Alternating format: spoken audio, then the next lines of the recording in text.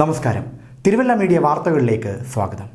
NDA ഘടകകക്ഷിയായ nationalist Kerala Congress പാർട്ടിയുടെ റാന്നി നിയോജക മണ്ഡലം കമ്മിറ്റിയുടെ ആഭിമുഖ്യത്തിൽ അംബേദ്കർ ജയന്തി ആഘോഷവും നിയോജക മണ്ഡലം കൺവെൻഷനും സംഘടിപ്പിച്ചു.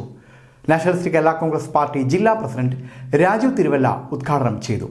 അധസ്ഥിത വർഗത്തിന്റെ നവോത്ഥാന നായകനും പാവപ്പെട്ടവരുടെ രാഷ്ട്രീയ നേതാവുമായിരുന്നു BR അംബേദ്കർ എന്ന് അദ്ദേഹം ഉദ്ഘാടന പ്രസംഗത്തിൽ പറഞ്ഞു.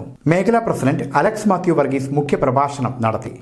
നാഷണലിസ്റ്റ് കേരള കോൺഗ്രസ് നിയോജക മണ്ഡലം പ്രസിഡന്റ് ഷാജി കൊടപ്പനക്കൽ അധ്യക്ഷത വഹിച്ചു.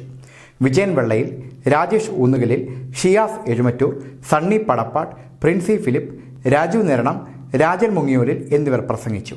News desk Thiruvalla media. കണ്ണിന് കാഴ്ചക്കുറവുണ്ടോ?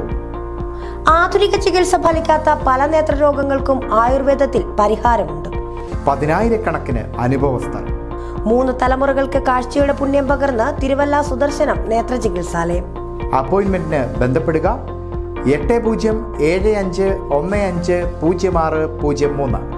നമ്പർ ഒരിക്കൽ കൂടി 8075150603.